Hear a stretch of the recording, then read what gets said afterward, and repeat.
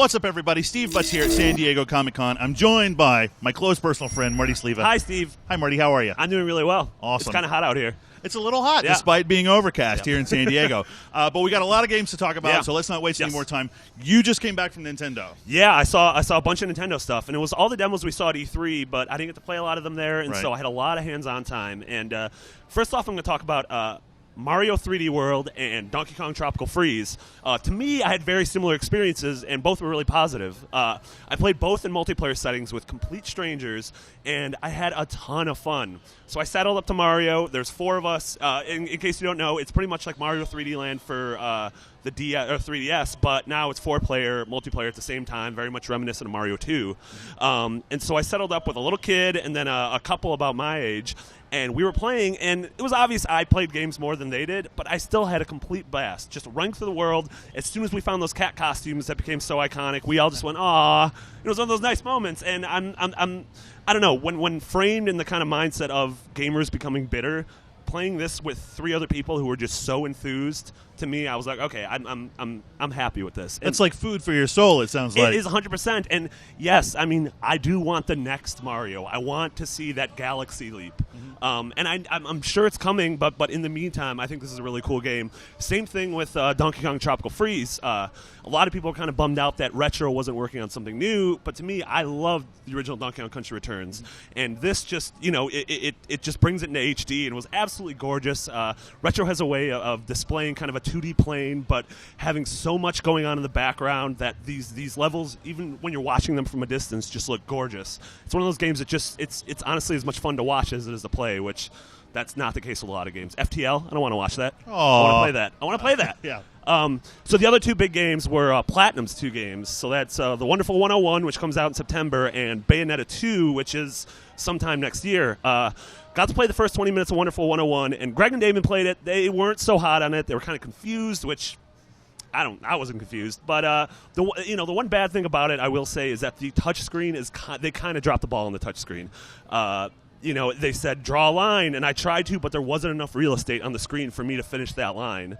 And it's good because a lot of these gestures you can do with the right analog stick, but it's just kind of a shame that they fumbled the core conceit of the Wii U. But that being said, the game was a lot of fun. It had a really good Looney Tunes-esque sense of humor.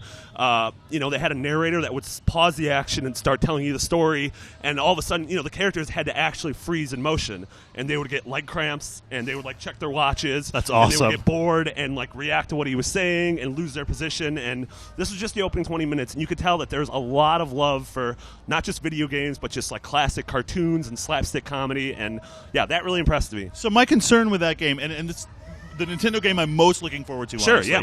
It's one of those launch window games. I can't wait for it. But it seemed a little chaotic. It was a little hard for me to be aware of what was going on. How did you feel about that? It is chaotic. And honestly, it's you are manning a team of dozens of these little guys. And I guess one of the big fears too is that the camera feels really pulled back. Yeah. So at a certain point, it just looks like it's ants fighting each other. It's just a mob. It is a mob. It is a mob, but it's a fun mob.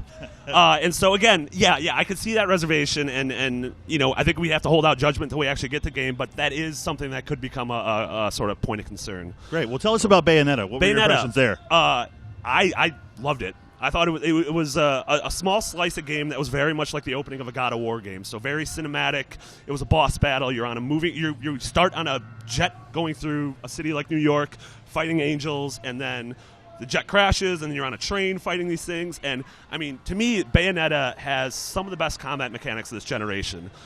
Honestly, I like God of War. I like DMC. But to me, Bayonetta had this mix of style and substance, where you could just smash buttons and it looks kind of cool, but if you actually learn the core systems, the game becomes this whole another beast. It's almost like a fighting game.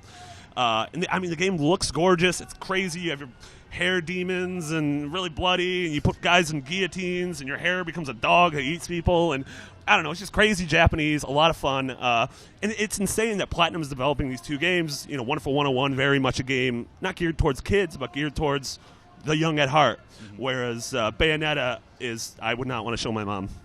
A lot of half-naked women and hair demons. Your mom's not into hair demons? Well, she's into one of the two. Nice, fantastic. So I think Tropical Freeze for me sounds like one of those little pre-mixed cocktails. I think we should get Nintendo working on this, right? A tie-in at the 7-Eleven. So do they have cocktails at 7-Eleven? Well, like the little never mind. Anyway, so for more on all of those Nintendo games and everything San Diego Comic-Con, keep it locked to IGN.